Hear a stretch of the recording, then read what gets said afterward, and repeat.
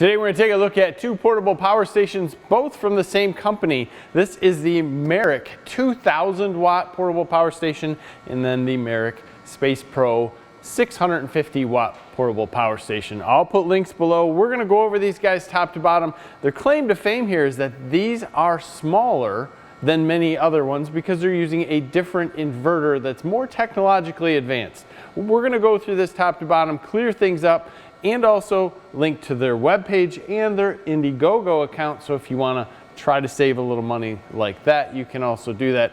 This is going to get interesting. Stay tuned.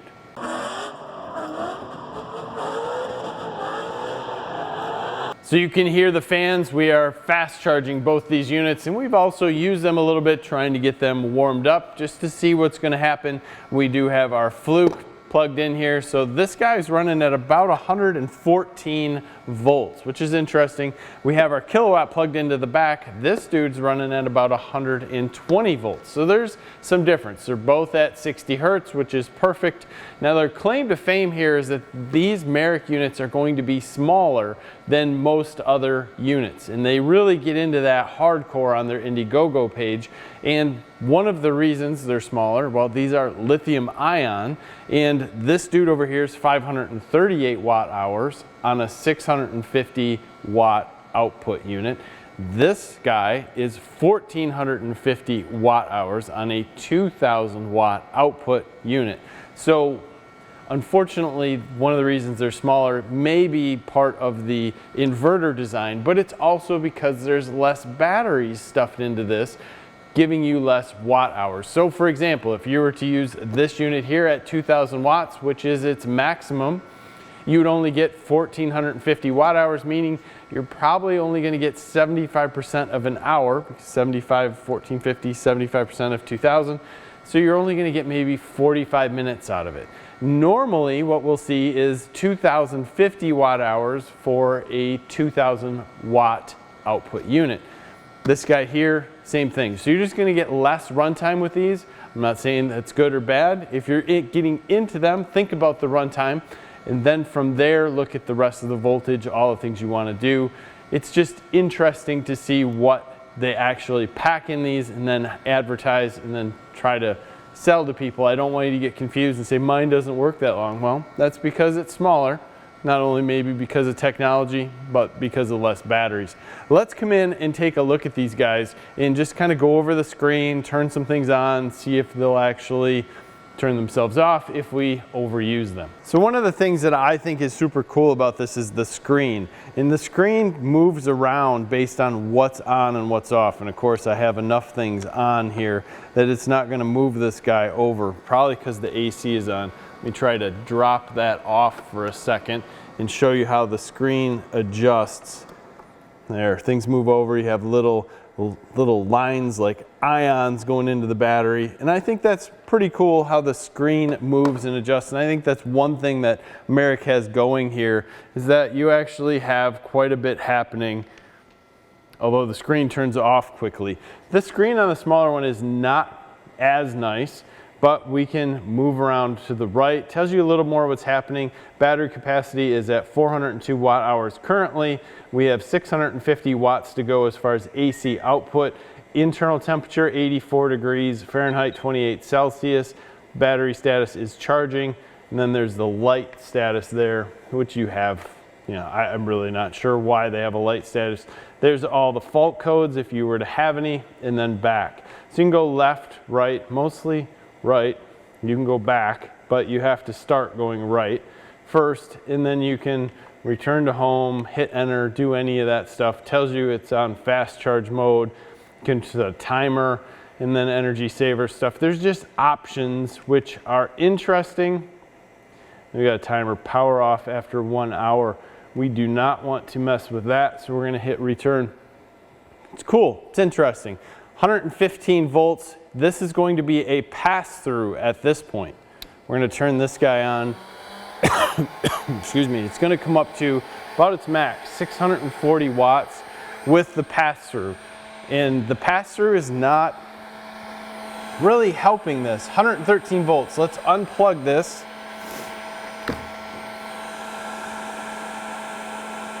and we hold the 113 volts, which is good. We still have this unit running. See, that screen turns off quite fast. 630. Let's just kick this up. 930, boom, turns off, which is good. That's what we'd like to see. You're trying to overpower this. It has a surge section on it that it'll go up to about 1400, and then it says, you know what, I can't power this. As the voltage drops, turns itself off, saves whatever you're using. Really like that, and it helps. The power station on the back has 2 plugs, basically we were using here, and a little button to turn it on. You can have a solar panel hooked up to this 0 to 45 watts input. It's gonna be happiest at 36. So if you're looking at that, a maximum of 200 watts, and pretty nice. You have 2 PD100s up front on the USBs, 3 USB-As out, and then some 12 volt there. Whatever you're looking for, this little guy is small, fairly powerful, and will work well. Now, let's move over to this guy. Same setup. On the back, the only difference is that we have more plugs. So we had our kilowatt plugged in here, but we can very easily just plug in our Fluke. I think you guys can read that a little easier. Currently at 124 for volts, which I think is interesting. And it gets more interesting once you plug everything in. So we're gonna let that go, turn this around, and work at this from the front. So if we turn this on, we can go right, left, go through the same sort of stuff. We have 1134 watt hours to go. We have almost 2000 watts to go. Battery status is charging. It sure gets away from that quickly. 71 degrees Fahrenheit on the inside, which I think is interesting because I had my thermal imager on this earlier and it was much warmer than that. So we had the AC on. We're just going to kick our USB on so we can show you that. 124 volts. Drops to 119. Once that is turned on, we'll just simply unplug our charger. Look at that. With the pass-through or the grid power removed, we go up in volts to 123. I absolutely love that we are at 123 volts. That is about what everything is going to run on grid power. 792 watts. We're going to bump that up. 1443 watts is what it's reading. Still holding 123. Now let's plug this guy back in.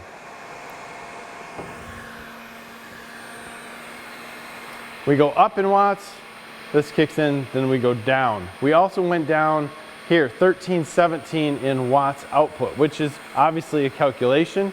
That calculation is going to be volts times amps, or however you want to look at this, it's just going to drop when you have less voltage. Now here, we are automatically turning off on a lot of this stuff. When we look at what happens when we unplug it, it's weird because we actually get more power out. But if we move over,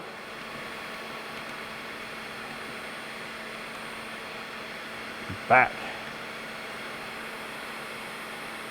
right here, 690 watts to go. Now let's just check this out. This guy will actually pull 2500 watts off the bat. And I want to do this in an opposite way. This circular saw is pretty amazing. We can start this up and it will start up quick. Take a listen.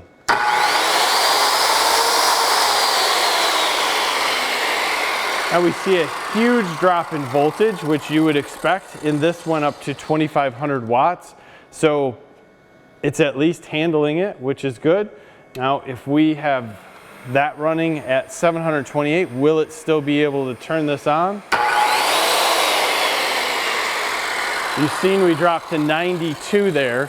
Let's unplug this from grid power because obviously that's a big deal. Here we go again, just off the batteries.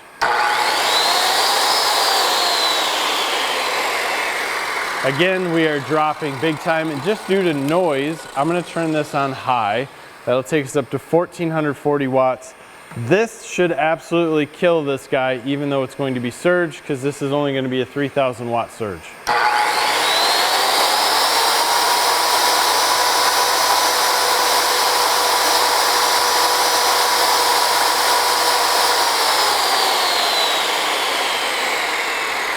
What scares me is it doesn't, because this is a lot more watts than that, and this unit is kind of limiting what it's going to put out. Let's watch the voltage as we go up on this.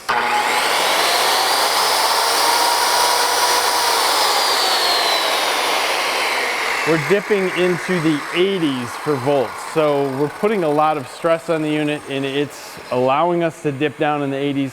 Not cool for sensitive electronics for what we're using, no big deal. But if you were actually had something in here and you overloaded this, like with a refrigerator turning on and you had your computer plugged in, you could see some serious voltage drop.